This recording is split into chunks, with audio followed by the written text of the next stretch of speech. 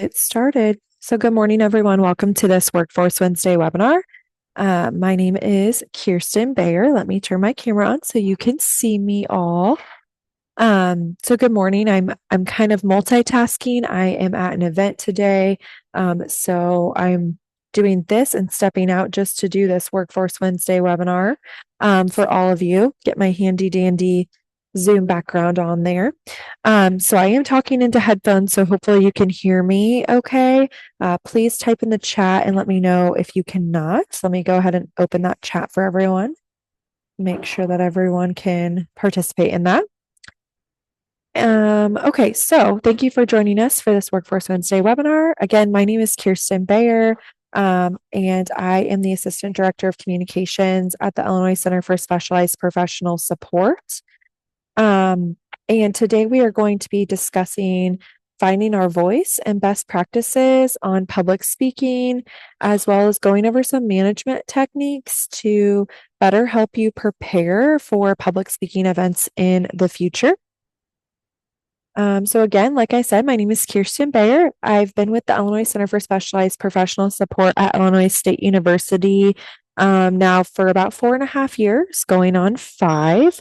I do have a Master of Science degree from Illinois State University in Communications, as well as a Bachelor of Science in Public Relations. And that is kind of my focus. I also adjunct teach Introduction to Public Speaking course at Illinois Central College currently. And I used to adjunct teach the exact same course at Richland Community College in Decatur, as well as I have taught the course at Illinois State University too. So very familiar with teaching public speaking, tips, tricks, and content. So just a little bit about me and my credentials to be able to speak to you all today. A couple of housekeeping things before we get started is that we are on the Workforce Wednesday webinar Zoom webinar platform. A little bit different than Zoom meeting. If you've joined one of our Workforce Wednesday webinars in the past, you are probably familiar with this platform.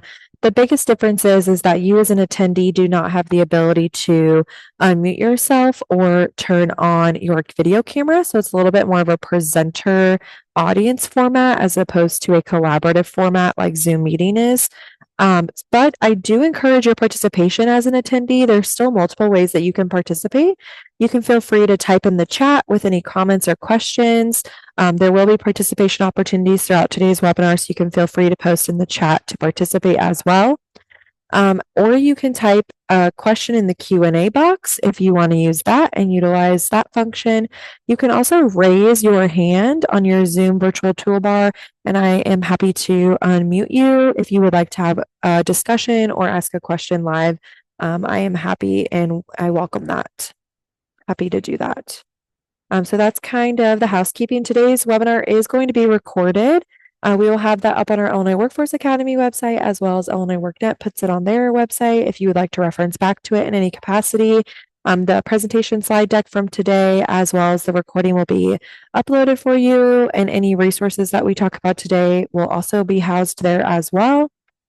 Tomorrow you will receive a follow-up survey. We have shortened it, so if you've taken our follow-up survey before, this is a shortened version of it. And we welcome your feedback on this Workforce Wednesday webinar, as well as future webinar topics that you would like to see. We really want to meet the system where you are at in terms of professional development and meet those needs and those gaps that you have. So if you are a frontline staff member, or if you are a part of a title within the WIOA system and you would like professional development on a certain topic, we want to be able to provide that for you here at ICSPS. So please fill out that survey and provide us that feedback. We welcome that. So I see a couple more people are joining, so we're just getting started. Thank you for joining us this morning. So now we're going to just briefly take a moment to do our beginning Workforce Wednesday webinar polls. I myself sit on the WIOA Professional Development Committee along with my director, Amy Julian. And the WIOA Professional Development Committee plans the Workforce Wednesday webinars, as well as the WIOA Summit or the Illinois Workforce Summit. We're going to be rebranding it this year as the Illinois Workforce Summit. And we do look at the surveys and we do look at these, the poll data to determine that we're meeting everyone across the state as well as hitting those topics that you all want to do and that we're hitting all the different titles as well. So if you could just take a moment and answer this first poll, it should be up on your screen now. Where's your local area at? So we can just determine that we're hitting a good span of people across the state. We'll give everyone a couple seconds to answer this poll.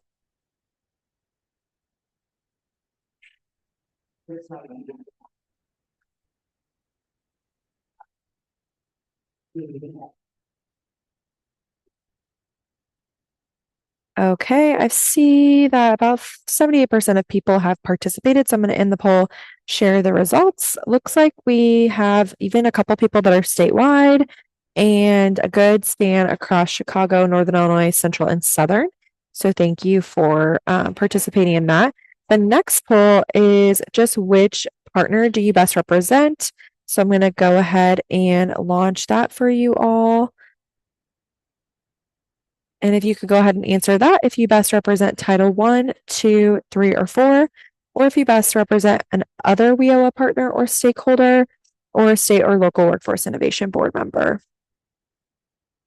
I'll give everyone a couple seconds to answer that poll as well. Again, this is just for analytical purposes for the WIOA PD committee. So I do appreciate your participation in these.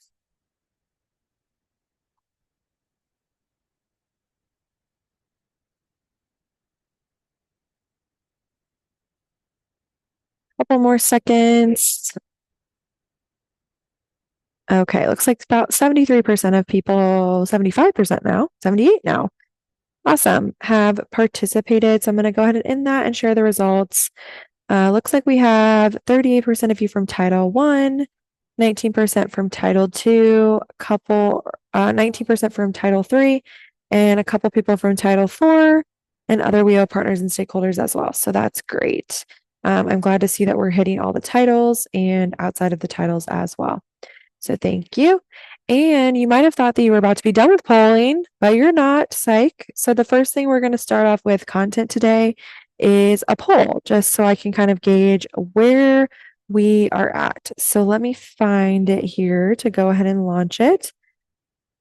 Okay, so how comfortable are you with face-to-face communication, telephone and electronic communication, meetings and group communication, and presentation and single communication? So basically, I'm asking which one are you the most comfortable with?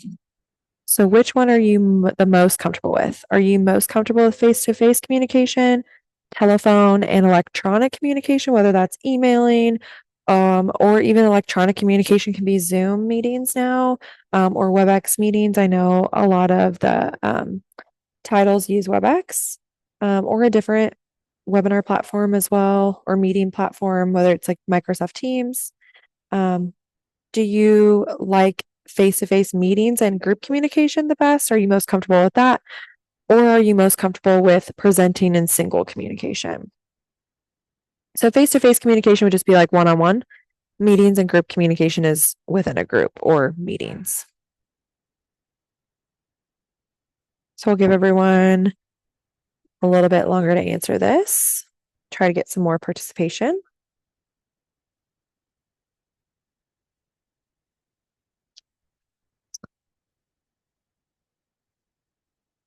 Okay. I'll go ahead and end that, share the results.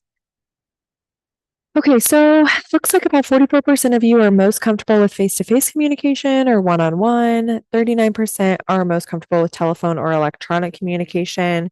17% are meetings, and no one selected presentations or single communication. I asked this poll kind of already knowing what the answers were going to be, with a hunch that no one would select that they are the most comfortable with presentation and single communication. And sorry, my video camera just froze a little bit. If that continues to happen, I might have to turn my camera off, but we'll keep it on for the time being. So now that we know that most people are not comfortable with presentation and single communication, I want to ask you another poll. Before I launch it, let me just go ahead and read it. So this is a hypothetical scenario. You are told by your supervisor that you have 5 minutes to prepare an impromptu presentation to your board about a current project your supervisor assigned you only a week ago. How would this make you feel mentally or physically? And please check all that apply. So you should you should be able, excuse me, to go ahead and participate now. So would this make you feel nervous, anxious, unprepared, make you have an increased heart rate, sweaty palms, or racing thoughts even? So go ahead and check all that apply. If you feel like all of that would happen to you, go ahead and select all of them. So I'll give everyone a couple minutes to go ahead and answer that.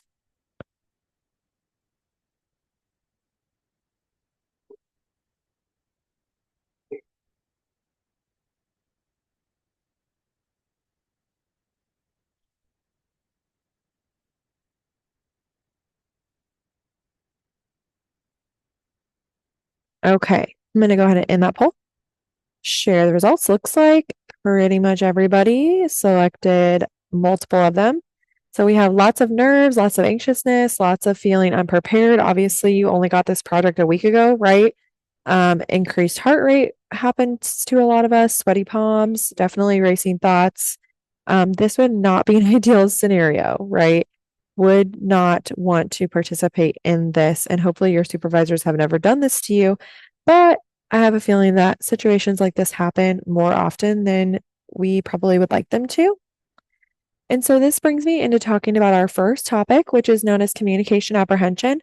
So before we dive into public speaking, like management techniques and helping you prepare and become a better public speaker, I want to just talk about and define really briefly what communication apprehension is, because we need to normalize that everyone develops and has some level of communication apprehension when it comes to public speaking. Actually, in a national survey, which I can't remember off the top of my head because I didn't include it in this PowerPoint, but when I was researching for this topic and just doing a deeper dive into public speaking, one of the articles I read talked about a national survey where people actually labeled that they were more afraid of public speaking than they were of death. So they ranked public speaking as their number one fear when ranking all these different fears in life, like heights, um, uh, just like the common fears, right? Heights, spiders, bugs, sharks, things like that people are typically afraid of. And they ranked public speaking as number one over dying. So a lot of people have communication apprehension when it comes to public speaking. So what is communication apprehension? Communication apprehension is basically at its most basic level is this level of anxiety triggered by the real or anticipated communication act, and that typically is public speaking, as defined by James McCroskey in Oral Communication Apprehension, a reconceptualization. And he wrote this in 1982 in his research study. So he came up with the term communication apprehension and defines it for us. It is basically this fear of judgment from the audience, and our self-image is what fuels this anxiety. So trying to protect that self-image. It is kind of that natural adrenaline rush, those natural nerves that your body experiences before you are about to enter into a communication act that is requiring you to have fear of judgment from the audience or the people in which you're speaking to. So it doesn't always have to be a public speaking situation. It can also be like before you walk into an interview, before you meet your significant other's parents for the first time, before you walk into a new group of friends, or maybe you are attending a conference by yourself and no one else from your team is going, and you have to kind of try to make new connections there, and or maybe you have a lot of apprehension and social anxiety, and so when you're networking at that conference, that causes you to have a lot of communication apprehension. All of these communication acts can cause communication apprehension, but we typically see it a lot when it comes to public speaking. So I just want to define that for us, because there is a difference between communication apprehension and natural nerves. And so natural nerves, the key to finding your voice is embracing those natural nerves. And when you have communication apprehension, you tend to experience those natural nerves. So you're apprehensive about that communication act, but the result of that apprehension is your nervousness. So the key to finding your voice is embracing those nerves. Nerves can keep you focused and they can keep you from procrastinating. So actually honing in on our natural nervousness and understanding it and being able to use it to our benefit can really help us when preparing for a public speaking event. A Harvard Business School professor, Allison Wood Brooks, states that the argument is that anxiety and excitement are actually very, very close, but anxiety and calmness are too far apart to really make an impact. So when you're having anxiety or you're experiencing communication apprehension, and then the result of that is your natural nerves, that feeling of adrenaline is actually very, very close to the adrenaline rush that your physical body gets whenever you're excited about something. So while we kind of correlate nerves and communication apprehension with a negative connotation, it actually, the physical adrenaline rush that your body feels when you're nervous is so similar to the physical adrenaline rush that your body feels when you're excited, which we correlate that with a positive connotation, right? So if we can understand this, then we can hone in on our nerves, we can hone in on our communication apprehension, we can learn to manage it when it comes to having that negative connotation and hone in on it more and focus more on the positive connotation and use it to our benefit when we're preparing for a public speaking event. Brooks also talks about some pre-performance rituals, which I really wanted to touch on this a little bit. So according to Brooks, she says focusing on excitement increases our performance. So when we focus on our natural nerves, it can actually help increase our performance. And telling people to calm down is actually counterproductive. So if you've ever been about to give a public speech or about to give a presentation, or maybe you used to do theater when you were younger, whatever, you know how people say break a leg. A lot of people will tell you, like, just take a deep breath and just try to calm down. And they try to calm your nerves, or maybe you yourself try to calm your own nerves before a public speaking event. And that is actually counterproductive because we want to hone in on our natural nerves and we want to embrace them and learn how to manage them with different management techniques. If we can do that, then we can actually use them to our benefit to make us better public speakers instead of trying to calm us down to become better public speakers. Some pre-performance rituals that Brooks talks about in her article are taking those pauses and deep breaths, reminding ourselves why we care. Why do we care so much about the topic that we're talking on or the audience members that we're talking to? Maybe you're doing a presentation to your boss. Why do you care so much about what they think about you? Why do you care so much about the audience and what their impression is of you? Reminding yourself of that can actually help you become a better public speaker, because if you have your why, then you can hone in on that. And I mean, your why is why you get out of bed every day, right? So maybe your why is that you need to do good on this public speaking presentation to your boss because you want to impress them, or because you truly care about this project and you're really passionate about it. Maybe your why is just simply that you want to do a good job on this presentation at work because you have your family to provide for, and that's your why. But reminding yourself, why do I care so much about making sure that I give a great speech or a great presentation, can help us in our pre-performance ritual and help us to hone in on our natural nerves. Visualize your entire presentation is another pre-performance ritual. So if you can close your eyes, take some deep breaths, remind yourself why you care about that topic or why you care about that project or why you care about those people that you're presenting to, and then visualize your entire presentation and visualize it going positively. That can really be a great pre-performance ritual. Visualization can be very powerful. And then potentially listening to a song that can give you positive energy, or doing something else that's physical that can give you positive energy. Maybe it's exercising beforehand, etc., which helps me move into our management strategies. So all four of these are management strategies, very similar to the pre-performance rituals that Brooks talked about in her article. And so I want to touch on these. These are communication apprehension management strategies.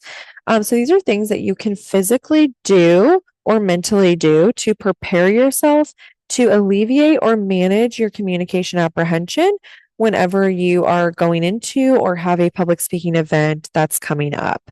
The first one is reality testing or cognitive restructuring.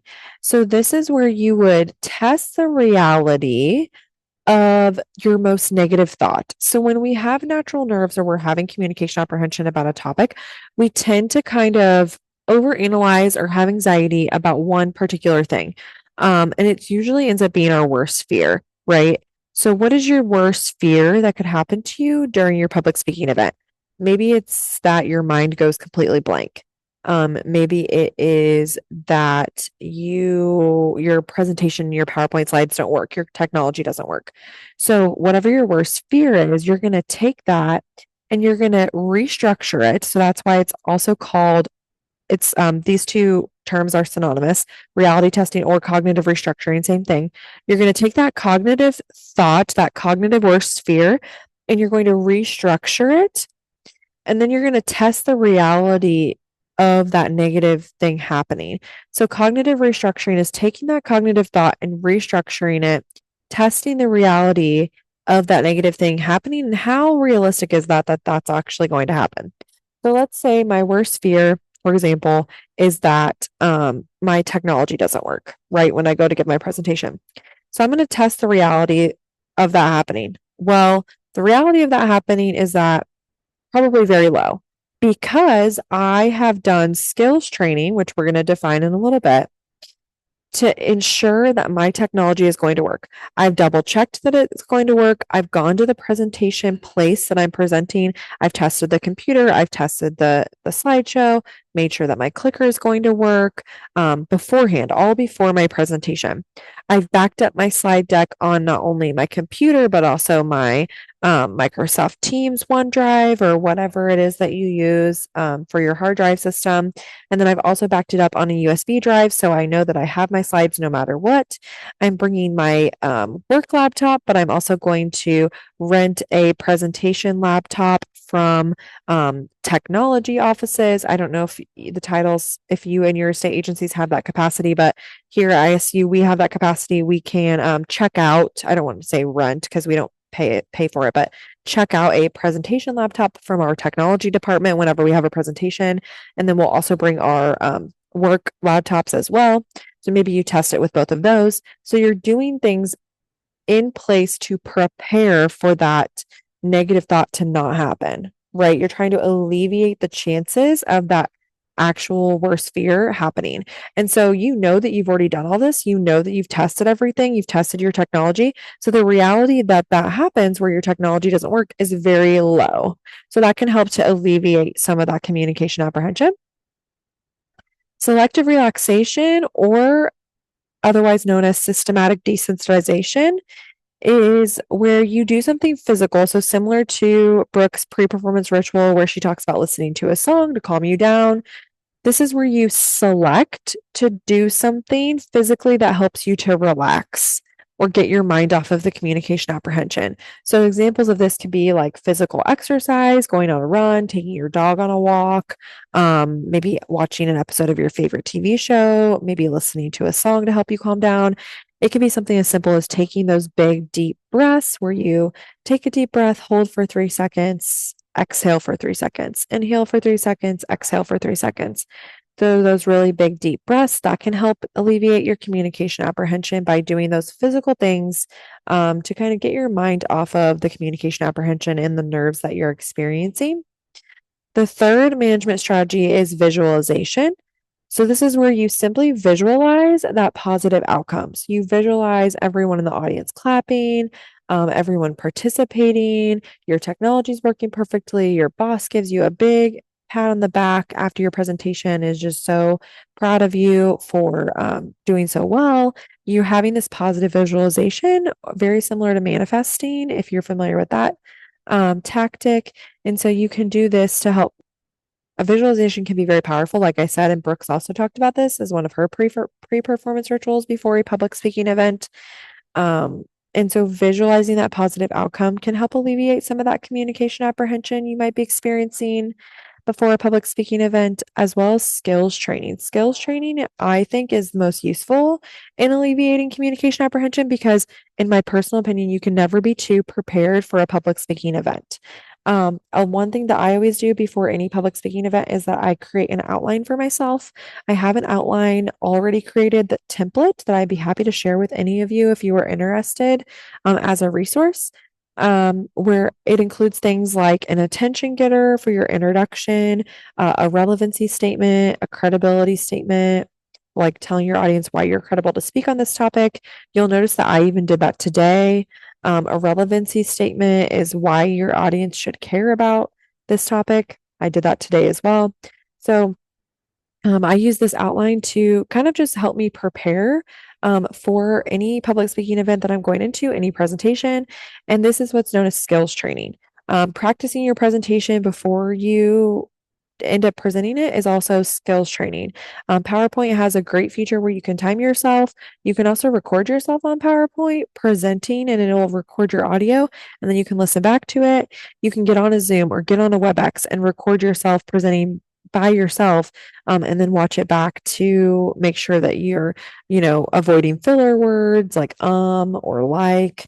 You'll be surprised. You will be surprised how much you stutter over your words or don't make eye contact with your audience, especially if you're doing an in-person presentation. One of my favorite things to do for myself when I'm doing an in-person presentation is to actually record myself with my phone. I'll just prop it up on a table or something, and then I record myself and I watch my body language. I tend to cross my feet a lot. I walk around a lot. And those types of things can be distracting when they're not purposeful to your audience. But anyways, preparing within itself is just doing skills training, making your presentation slides, practicing with a friend or a coworker. All of those things are skills training, which can help you better prepare for your public speaking events. I'm just going to check the chat here in case anyone has any questions or comments. Ramon is raising their hand. Ramon, I'm going to allow you to talk. Did you have a comment or a question? You should be allowed to talk, Ramon. Can you hear me? Yes, I can. Go ahead. Thank you. So my question is, I read this a long time ago. Mhm. I read where, in terms of preparing for a public speaking event, where you, for every minute that you're going to speak, an hour of preparation. Do you find that holds true, or what do you think? I don't think that that's realistic. Okay. I don't know about any of you, but we work for the state. We work for the state where we work. And all of you were our entitled partners, or you work for the WIOA in some capacity, right? There's not enough time in the day for that. And you all have personal lives. You're all managing and juggling multiple things. That's just not realistic. Personally, it depends how familiar I am with the project and how familiar I am with the content. So, for example, for this presentation today, I took one whole workday and blocked it off and prepared. So I did my PowerPoint and my presentation slides. I prepared my outline and my agenda. I came up with my talking points, and then I recorded myself and practiced and watched it back, and then recorded myself again, practiced, and tried to be cognizant of the things that I didn't like in my first recording that I did, and then implement those in my second recording. So I took one whole day to prepare for an hour and a half presentation, one whole work day, which obviously I was still answering emails during that work day. I still took a lunch break, right?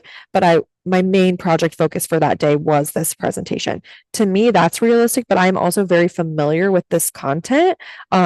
A lot of this content I have taught before in some capacity. And I've also done this presentation before, specifically only for an OET training.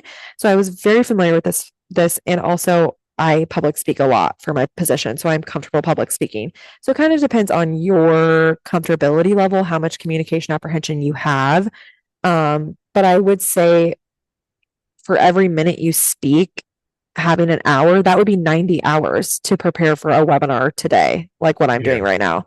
That's just not realistic. I mean, That's like 2 weeks to prepare for an hour and a half presentation. So I would say that that doesn't ring true in real life work scenarios. I think you need to use your best judgment. If you're not very familiar with the topic or you're not very comfortable with the topic, then maybe you do need to plan out multiple days or a week. And be realistic and be honest with yourself. And I think doing things like even just coming to this webinar today is all of you are doing skills training for future public speaking events. So you're already spending some of that time to implement becoming a better public speaker for your next presentation by just coming to the webinar today and listening. Any other question or comment, Ramon? I hope I answered that. Oh, no, that's fantastic. Thank you. Awesome. Anyone else? Okay, I'm gonna move along. Oh, I didn't even follow my own outline. That's okay. 1 second. Disable talking. Okay. So I just ran through these, but reality testing, cognitive restructuring, again, brainstorming the worst scenarios and restructuring your thinking. So if your worst scenario is, what if my PowerPoint fails? What if I forget my outline? What if I get sick? What if I have pit stains, right? Just testing the reality of all these things happening, making sure maybe you bring an extra shirt, you bring deodorant to run to the bathroom really quickly before your presentation, slap that on. I've seen my students and my coworkers do the craziest of things to help them prepare and just have that skills training to make sure that their worst fear doesn't happen during a public speaking event. Selective relaxation, again, these are some other things that you can do: listening to music, deep breaths, maybe an episode of Netflix, exercise, something physical.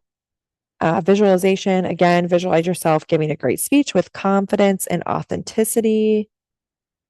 And skills training. This professional development session today is skills training, practicing your speeches, skills training, preparing with a coworker. One thing I also do, and I did this for this presentation, is I always have one of my coworkers run through my slides and check for like typos or maybe things that don't make sense. Because sometimes I feel like when I'm typing out content, it's in my brain and then I don't execute it correctly. So that's another great piece of skills training that you can do, is just have a coworker run through your presentation really quickly to just check for it making sense and typos and things like that. So now we have another poll, which I know you guys just love all the polls that I'm having you do. Let me pull that up. This is our last poll, though, I promise. Here we go. So, have you ever presented during a meeting, especially if it's virtually, because a lot of our work is virtual now, or hybrid, right? And felt like no one is paying attention to you or no one is listening? Go ahead and answer that.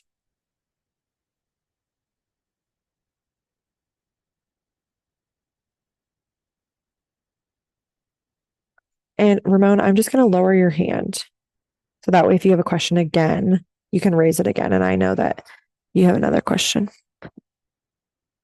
Okay. Couple more seconds for a couple more people to participate. So in the poll and share the results for all of you to see what I'm seeing. Yes, all the time, but only 3 people said yes all the time. That's good. Sometimes it depends on my audience was the majority of what you guys answered. So next we're going to talk about adapting it to our audience so that we can ensure our next presentation or public speaking event that we are adapting it to our audience in order to keep their attention. I know that a lot of you said sometimes it depends on your audience, and I'll stop sharing that poll now so it'll go away for all of you. I know that you said sometimes it depends on your audience. However, whether it's an audience that already has an investment in your content, or whether it's an audience that doesn't, it's important to pre-plan for things that you can do to help maintain your audience's attention and also adapt it to your audience as well. one of my favorite TED Talks that I've ever watched, which definitely, if you want to improve on your public speaking, watch TED Talks because you will, and they don't even have to be about public speaking. They could be about whatever interests you. But some of the best public speakers are on TED Talks, I swear. One of my favorite TED Talks is actually a British man talking at a TED Talk X, which is like a smaller version of the big TED Talks. And just a side note, I did have someone tell me one time that he felt like the Workforce Wednesday webinars of WIOA were the TED Talks of WIOA. So that was a high praise. So we love that. But anyways, watch a TED Talk. And one of my favorite TED Talks is he's talking about how to make your presentations less boring. Specifically, his audience is IT people. So very high level technical presentations. And one of the things that he says is that during any presentation that you ever give, whether it's virtual or in person, it's impossible to maintain your audience's attention for the whole time. And so we have to prepare things prior to our presentation in order to re-gauge our audience's attention. So I should have planned to use whiteboard for this, but basically what he says is that he talks about different tactics that we can do to re-engage our audience.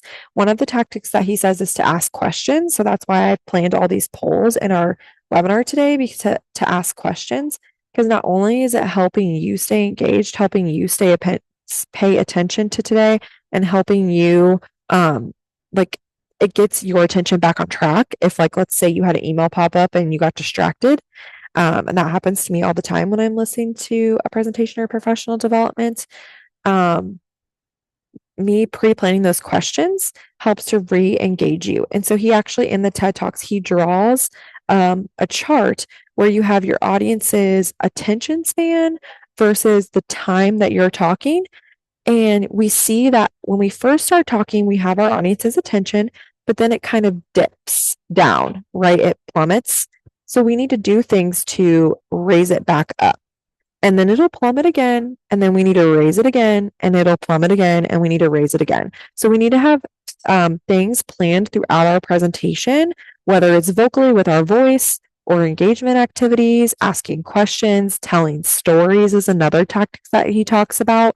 That helps our audience re-engage in listening. So we as speakers actually have to help our audience be better listeners by planning these re-engagement tactics in order to re-engage our audience's attention span, because it's not realistic for somebody to fully be paying attention to a 90-minute webinar the whole time. So that's why I have all these polls in here, because asking questions is one of his tactics that he actually talks about in the TED Talk. And I'm happy to include the TED Talk in the resources after this webinar too. It's it's only about like 15 minutes, so it's not that long to listen to. He also talks about telling stories, and I've told a lot of personal stories and things that I do, right, to help my public speaking, which is also one of his tactics. So we're going to talk about things that you can do to adapt to your audience and re-engage their attention. So you can ask questions, which is great. You can have participation opportunities. I try to do that a lot. You can ask people to type in the chat. You can have those discussion opportunities. You can tell stories. You can have personal testimonies. One of the things that he does all the time that I love is he will ask a question, but it's rhetorical. So he'll say, how many of you in the audience have a fear of public speaking? Well, he already knows the answer to that, right? He knows that the majority of the people in the audience are going to raise their hand. However, he's asking that not because he actually genuinely wants to know the answer. He already knows the answer, but he asks that to re-engage his audience's attention, because it gets them, oh, I do. I have a fear of public speaking. And then they raise their hand, right? And it's making them do something physical to participate and re-engage in the presentation that he's talking about. So he'll ask like a lot of rhetorical questions too, which I feel like you can ask questions that you want an answer to, or you can ask a lot of rhetorical questions as well, which I think is a great strategy. Some other things that you can do is definitely you will want to provide relevancy to your audience. So in the outline that I use for all my presentations, in my introduction, I have my outline includes an introduction, body, which is all the content, right? And then a conclusion. In my introduction, there is what's known as a relevancy statement. And a relevancy statement is where you provide relevancy to your audience. Why do they care? Why are they spending 90 minutes out of their workday to sit here and listen to this PD session? Why do they want to come? Why should they want to learn about your topic or want to be persuaded by you about this topic? So why is it relevant to them to listen to your speech or to your presentation? So you're going to provide relevancy to your audience because hopefully they can relate or they can learn something from your topic on a personal, professional, or social level, or maybe all three or a couple of them. And so the more relevancy you can provide, not only in your introduction, but throughout the presentation as well, is a great tactic to help adapt to your audience and maintain their attention. You can also do things with your voice vocally. So intensity is where you add inflection in your voice. So we definitely don't want to be talking in a monotone voice. If that's something that you do and you know you're bad at that, be honest with yourself and practice implementing inflection in your voice. You can also pre-plan rate, which I think is a really great tactic because nothing is going to grab your audience's attention more than if all of a sudden you start really talking really, really fast and then they're like, why the heck is she talking so fast? If you can pre-plan that rate and it has something to do with your content, then it can help maintain your audience's attention and grab it again. Or maybe it has something to do, like if, for example, I was talking about how when we're presenting and we get nervous, we tend to talk really fast, right? So I'm doing a presentation on best practices to public speaking right now, and I start talking about how we need to slow down when we're presenting, and we need to do these management techniques to help us with our communication apprehension, and we really need to slow our rate down. So the rate in which I'm speaking has to do with the content that I'm speaking about. And if you weren't paying attention right now, you might have thought, am I having a technology glitch? Like, why is she talking really slow? No, that was pre-planned rate that I've done with my voice. You can also do things like alliteration or even onomatopoeia. Like if you want to make a sound, if I just all of a sudden my audience is dozing off, right? And all of a sudden I clap my hands or I stomp my feet or I say boom really loud. If it makes sense for your content, right? Then you can pre-plan those things within your presentation to help re-engage your audience. You can also do things like comparing and contrasting concepts, which I really like to do because I feel like in WEOA there or in the LWEAs even there's so much high jargon, high technical knowledge and jargon language. And we're actually going to be doing a Workforce Wednesday webinar on how to best avoid jargon in the future. So be on the lookout for that. But you can help avoid that jargon or at least explain that jargon if you do have to use those technical terms by comparing and contrasting those concepts in your presentation, and which really helps to give an all-encompassing picture. And when we do that, that helps to re-engage our audience as well. Another thing that you can do is repetition. So repeating words can help re-engage your audience or repeating concepts. And that can also really help to drive your points home. And then also another thing you can do is the primacy recency effect, which we're going to talk about here in a second, which is a communication theory. And it's basically where you end and begin your speech with the same concept. So if you started your speech with, like I started my speech with asking you guys a question, and then I end my speech with asking you guys a question about your fear of public speaking, right? So my first poll was about your comfortability with the different kinds of public speaking. And then I ended the presentation with the exact same poll, or maybe it's tweaked a little bit, right? So I'm ending and beginning my presentation with the same concept, or maybe you start your presentation with like a quote and then you end the presentation with a video of the person giving that quote. Like if I gave a quote by Martin Luther King and then I ended the speech with a video of him actually giving that quote as my memorable close as a part of my conclusion of that presentation or speech, that can help really bring my speech full circle and help maintain my audience's attention. Another thing that you'll want to do when you're preparing for a public speaking event is to really analyze your audience. Typically, I would say we know some knowledge, we have some knowledge, right? Some baseline knowledge about our audience. If you can do some sort of qualitative or quantitative research before a presentation to help understand your audience, then that's great. One of the things that we do for the Workforce Wednesday webinars is you'll notice on the registration, we ask what title you're from. And then we also ask it again live during the presentation, and we ask where your local area is. This is so I can learn more about you as an audience. That's also why I asked some of the questions too, so I can learn more about you as an audience and kind of where your comfortability level is. So you can consider those things about your audience, and there's ways where you can implement audience analysis live before the presentation, or even just you knowing your coworkers and your boss, their personalities and things like that is also an audience analysis. Um, One thing to do is definitely consider the knowledge level of your audience. Are they going to understand your high technical terms or not? Do you need to avoid that jargon, or can you implement it because you know everybody understands what you're talking about when you're talking about um, a performance metric, if you're in OET performance. Consider the time of day that you're giving the presentation. Nobody wants to listen to a presentation at 4:30 in the afternoon when the workday ends at 5, right? Sometimes that's unavoidable, and I understand that because we're all working long hours, we're all doing, wearing multiple hats. I'm sure you all do. But just considering the time of day, and scheduling those presentations whenever people are going to have more of that energy and alertness in the workday, consider your closing remarks. Will you integrate speakers before you? Is that an option? Yes or no? And doing that primacy recency effect that I talked about, beginning and ending your presentation with similar concepts or uh,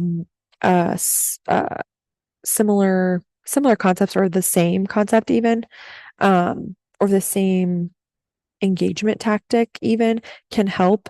Really, the privacy recency effect, what the theory is talking about is that your audience tends to remember the primary and the most recent thing that you talked about.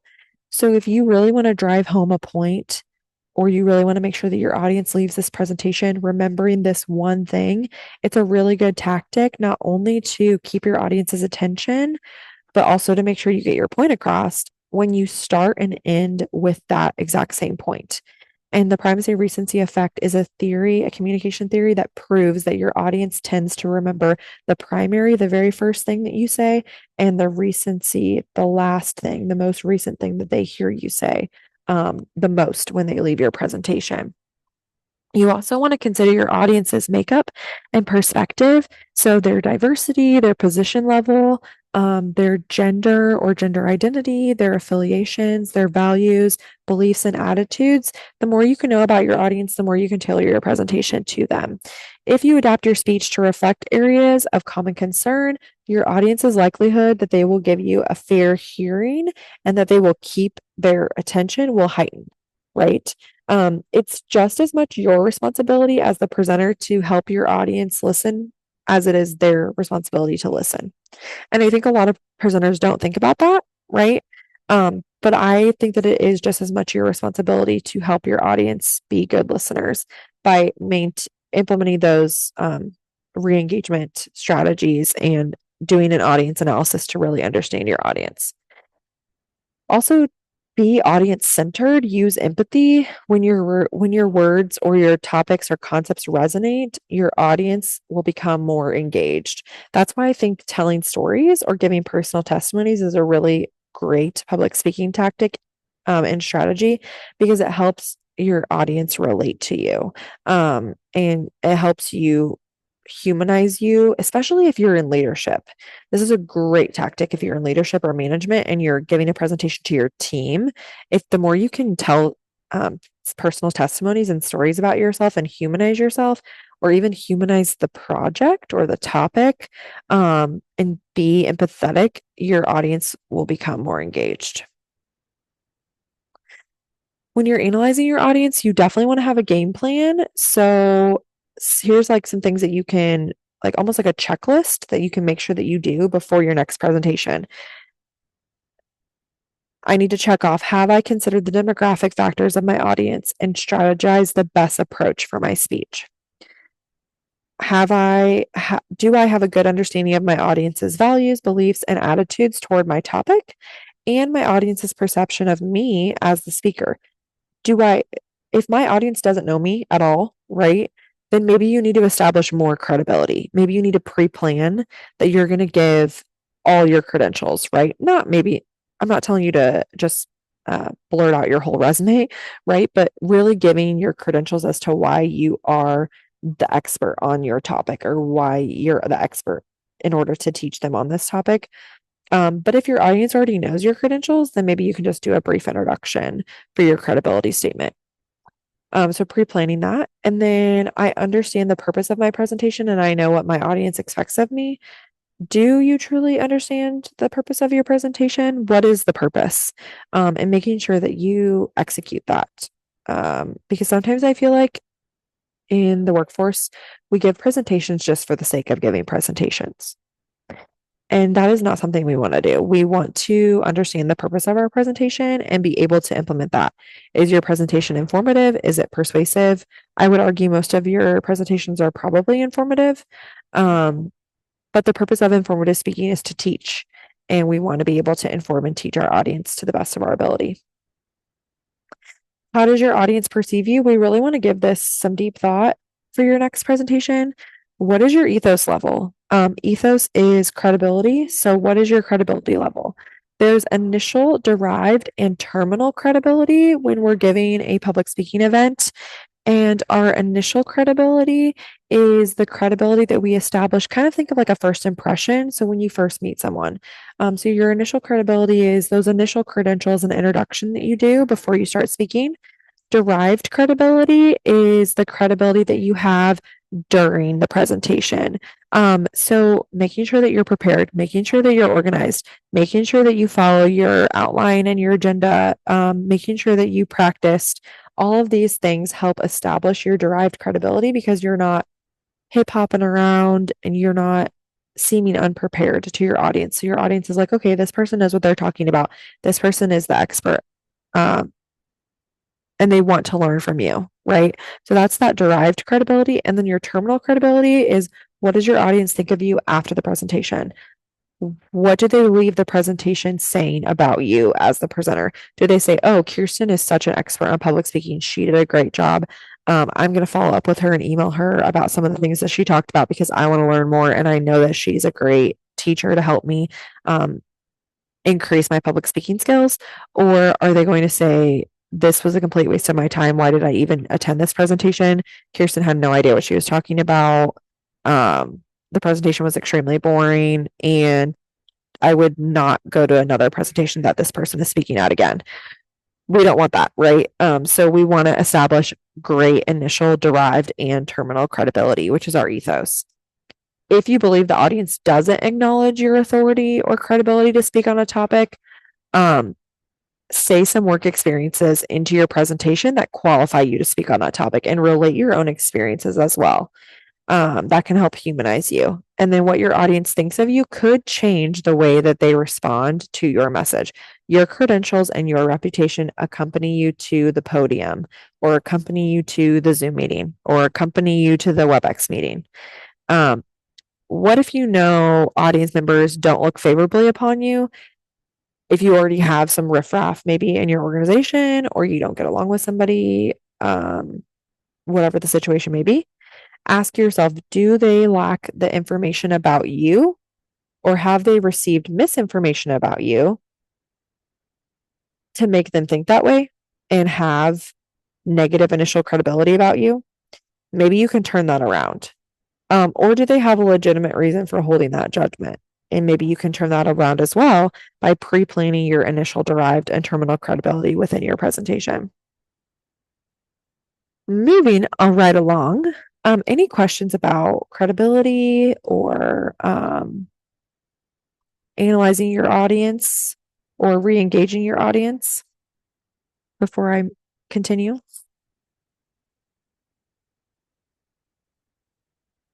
can feel free to raise your hand or type in the chat or the Q&A. Okay, so next I want to talk about adjusting your speaking situation. So when you have to deliver a presentation in person, do you go get the presentation room ready? Do you set up your slides? Do you make sure that each attendee has all the materials that they need? Or are you showing up a minute after the time is supposed to start, right? Do you go and test the technology, make sure the microphones work, make sure the HDMI cord works, get there ahead of time to really prepare. Don't forget to spruce up your Zoom room too. So you saw me put on my Zoom background that says WIOA professional development logo on it. Or I guess I should go this way, right behind me. This is me sprucing up my Zoom room. Having my camera on when I'm speaking helps to spruce up my Zoom room. There's nothing worse than when you have to you have to listen to a webinar where the presenter doesn't even have their camera on, in my opinion. There are situations where I've had to do that before if I've had tech issues or the internet isn't working. And, those are hopefully not the norm. They are the outlying situation. However, you can still do things to spruce up your Zoom room. There's lighting functions on Zoom that you can edit your lighting, and I would be happy to tell or show anyone on here how to do that. You can your camera placement. You want to make sure that, especially if you have dual monitors, I see a lot of people that will give presentations and they'll have dual monitors. So their webcam is over here, like straight ahead, but they have like their notes or something on another monitor over here. So they're constantly presenting to you like this and they're reading their notes, or they have their slide deck over here and they're reading their notes. And so they're not ever looking at the camera. And it's so distracting when you're an audience member. You're like, why aren't they presenting to me? Right. So making sure that your camera placement is accurate and that you're presenting to the audience via Zoom, maybe having a Zoom virtual background, testing your audio and testing any media, like if you're going to show a video or something beforehand to make sure that your Zoom room is ready. So it's just as important to do that virtually as it is in person. Allowing interactions from the outset or from the onset. In your Zoom room. And then also don't be ashamed to use notes via Zoom. I think, or even in person. Whenever I do an in-person presentation, or I do a lecture and I'm teaching, I always have my lecture notes, just like a one-sheeter, or even sometimes note cards. Note cards are a great speaking outline, and they just help me stay on track. They help me be a better public speaker. And so I don't think that you should be ashamed to use notes. I think a lot of people think that they have to have their presentations memorized or they have to read word for word off the slide deck. I would encourage you not to include all of the things that you want to say on your slide deck. Have a few points on your slide deck and then have a speaking outline like note cards or a one pager for like the notes that you need when you're in person. I don't think there's anything wrong with a speaker going up to a podium, or even if you have to hold the notes in your hand. I don't think I would argue that that does not take away from your initial derived or terminal credibility. I would argue it adds to it because it shows that you've prepared. So don't be ashamed to use notes, especially if you're virtual too. You can definitely use them. And then allowing that interaction from the onset, having polls, having chat features, maybe you pre-plan breakout rooms via Zoom. All of these are things that you can do to adjust to your speaking situation. And definitely show your camera, like I said, and dress for success. Even though it's virtual, we want to really help engage our audience, and we want to make sure that we're professional always, even when it's virtual. Some other things that you can do when you're preparing for your speeches, or some other things that we need to make sure that we're implementing, is time management. A lot of people will data dump. So that means they talk about every single minuscule part of the topic and they have 100 PowerPoint slide for only a 30-minute presentation, and it has so much information on it. And it's just information overload. Okay. Your audience is not paying attention to you. They cannot read everything that you're saying. And most people cannot multitask and listen to you and read the slide at the same time. It's just not feasible. You're not giving 100% of your attention to what they're saying, and you're not giving 100% of your attention to what you're reading on the slide. So do not data dump on your slide deck. You only need to have a few words or a few sentences on each part of your slide, or like a quick definition, like what I have on this slide here. Make sure you have every minute accounted for. There's such a thing known as death by PowerPoint, and it's when your message isn't clear because, again, you have 200 slides in 20 minutes and you're just like running through them rampantly. So make sure you have every minute accounted for in your presentation and you've pre-planned, like, I'm going to speak about this topic for 3 minutes. I'm going to speak about the next topic for 5 minutes, and time yourself when you're practicing. Really hone in on your message. So make sure you have a bird's eye view on what your takeaway is and what is that key takeaway or point, and then maybe even implement a call to action in your conclusion. What are the next steps that your audience can do in this for that topic, or what are the next steps they need to do if you're like project managing or something? Focus on brevity. So if you have an hour speech, plan for 40 minutes and then leave 10 to 15 minutes for Q&A. Or leave, like, sometimes technology issues happen and that takes up time, right? So you want to plan, if you have an hour speech, plan for 40 minutes of content. If you have a 90-minute speech, I would plan for an hour of content, roughly, right? Sometimes you might go a little bit over and that's okay, but always plan for at least 10 to 15 minutes of questions, of Q&A, to give yourself that buffer time. Simplicity, keep it simple, short, and to the point. KISS is a great acronym. Keep it simple and short. And then practice your timing. Record yourself, like we've talked about. Time yourself with your phone. Practice with a family member or a coworker, etc. Also, make sure when you're public speaking that you're expressing your ideas with power and conviction. We've already talked about knowing our audience, our fellow peers, other professional groups, our students, our clients, or consumers. We already talked about knowing our audience, and that can help express our ideas with power and conviction. Keeping it simple, we've talked about that. Your goal should be for the audience to feel smart. The curse of knowledge is that once you know something, you forget what it was like when you didn't know it. This is the curse of knowledge, and it is the curse of people not being able to be a good teacher. If you've ever had a professor or an instructor or a teacher in the past who talked about the topic on such a high level that you were just like, I have no idea what this person is saying. This is like gibberish, right? They include a lot of jargon. That's because they have the curse of knowledge. So the curse of knowledge is that once you know something, you forget what it was like when you didn't know it. So just keeping it simple and remaining cognizant of that can help tailor it to your audience and express your ideas with power and conviction. Emphasize connection over content. So when you pre-plan those re-engagement activities that we've talked about in your speeches or in your presentations, you are emphasizing connection over the content. the content. Excuse me. Build your presentation from an emotional or at least relevant place. Raffling off facts and figures is not effective if you can't make them real world applicable or at least provide examples. So make sure you always have examples to provide, or that you can apply that scenario or apply that concept to the real work. And that also provides relevancy to your audience as well. Also, make sure you're being authentic. Who better to speak with conviction than you? So be yourself and diversify your delivery. If you can use visuals, if you can implement engagement and implement those effective listening skills for your audience to help them become better listeners, you're diversifying your delivery. Okay, so that is all the content I have. 11:05, a little bit over, but again, I planned for an hour of content for a 90-minute webinar.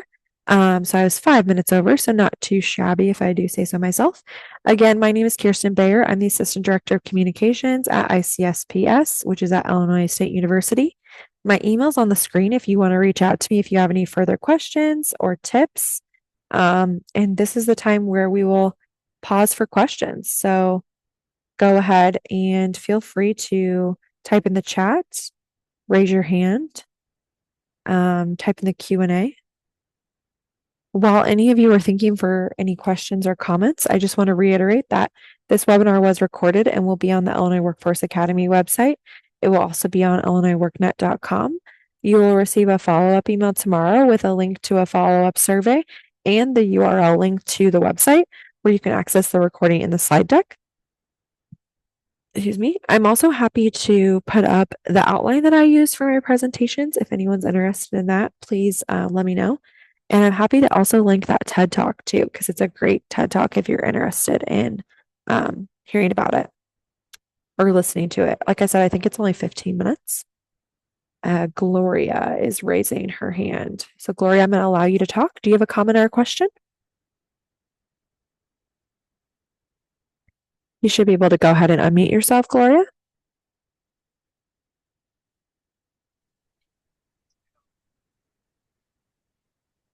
Gloria, it looks like you were unmuted and then you muted again.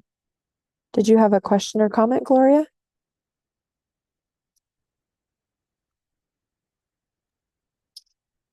There we go. You're unmuted.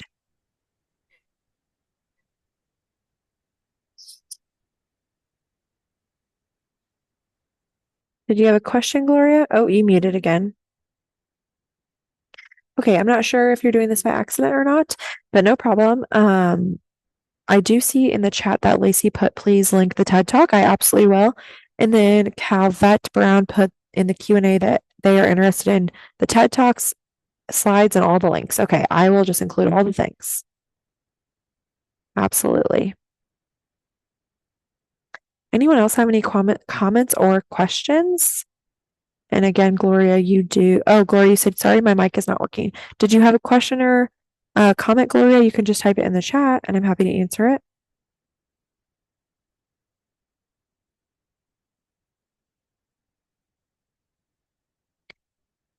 And anyone else as well, feel free.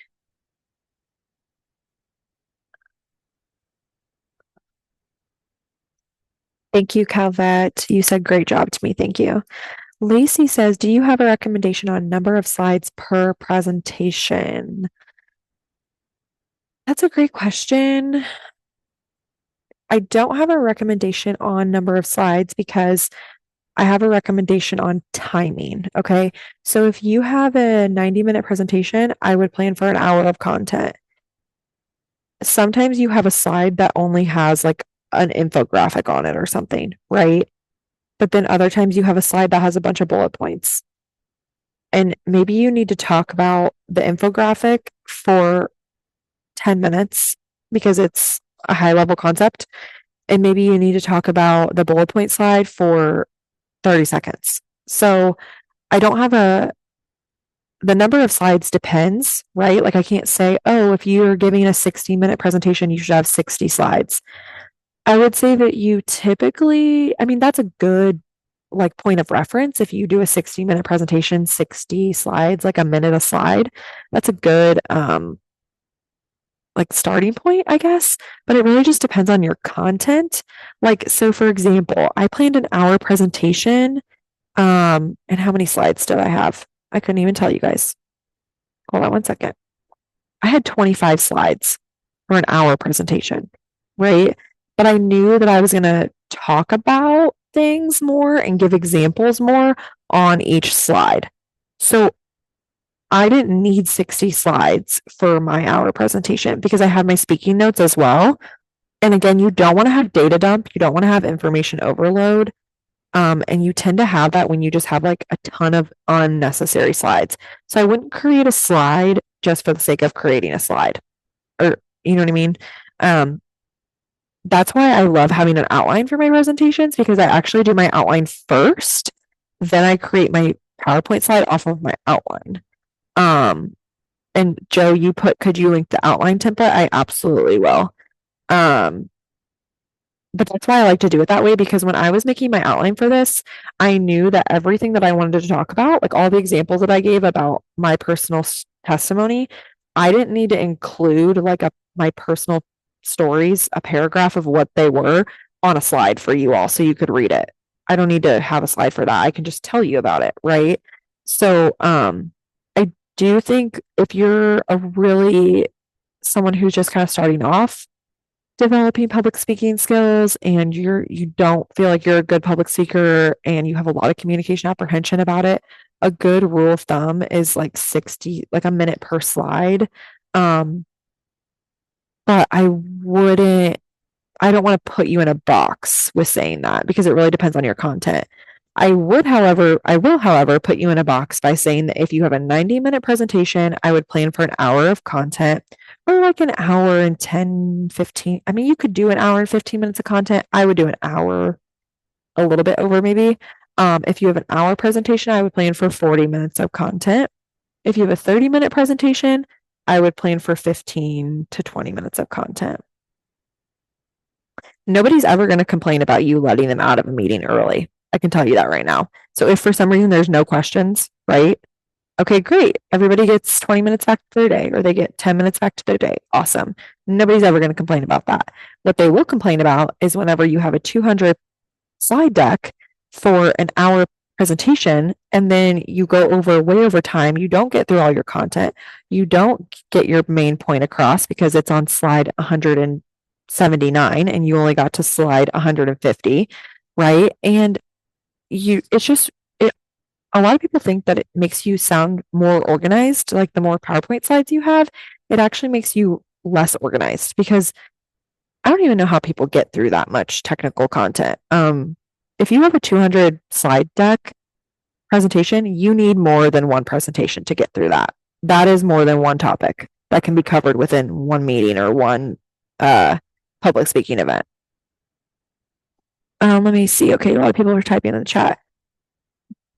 How do you engage people on different backgrounds? Gloria, can you clarify on that? What do you mean different backgrounds? Do you mean like backgrounds as in like socioeconomic level, races, ethnicity, that type of different background? Or do you mean like different work backgrounds? Like if you were giving a presentation to different management level backgrounds or maybe different titles or something like that? Can you clarify, Gloria, what you mean by background? And then I'll answer that. Joe said, could you link to the outline template? Absolutely, I will. Rena, would the number of slides also be contingent upon your audience engagement? Yes, absolutely. That's why you have to plan for that, right? So that's why I like to do my outline before I do my slides because I plan for my audience engagement in my outline. So all my polls were in my outline.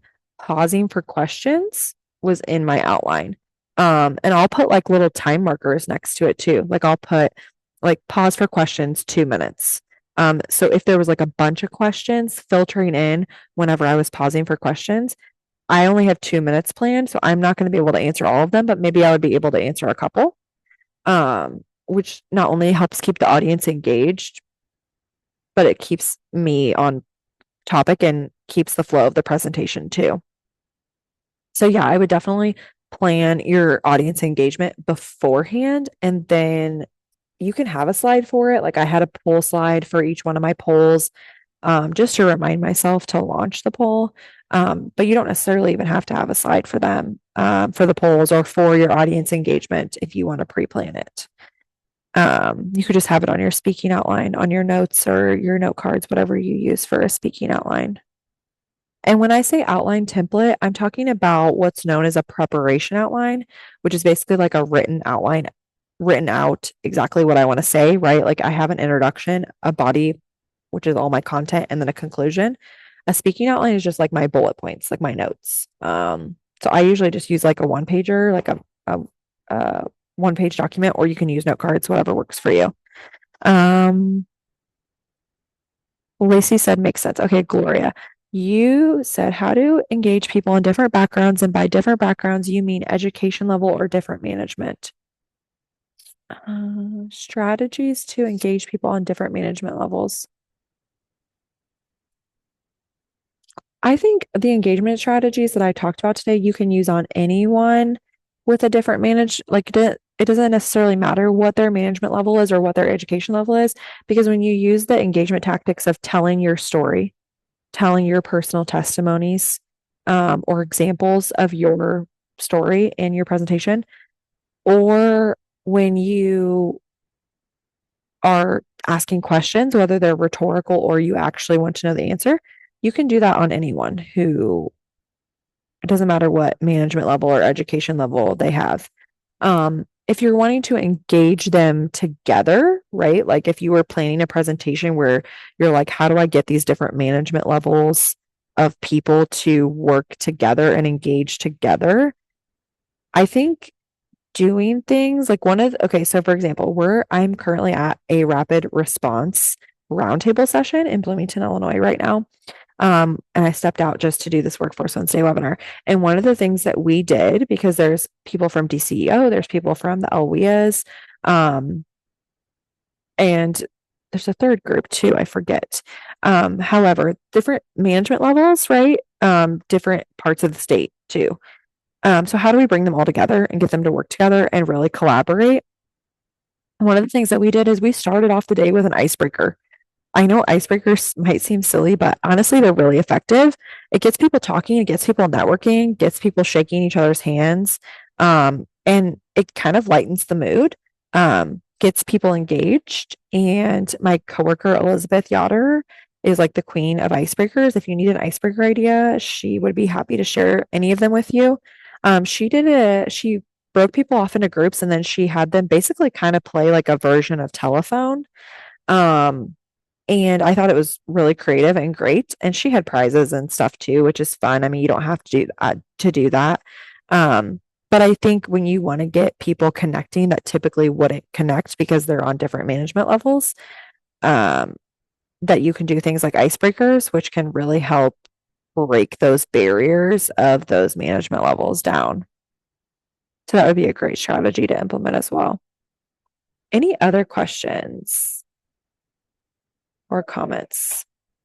Oh, okay. In the Q&A, Calvet put, when giving a presentation to an audience, who needs to improve on performance as cited by their supervisor? Should you refrain? Oh, wait. Okay. Let me reread this. When giving a presentation to an audience who needs to improve on their performance, should you refrain from giving examples of the issues in which the manager shared with you? I think I would need more context about that, but I also think you need to use your discretion. Were those examples of the issues shared with you in confidence? I definitely would encourage you not to call anyone out during a presentation. I think those conversations are meant for one-on-one.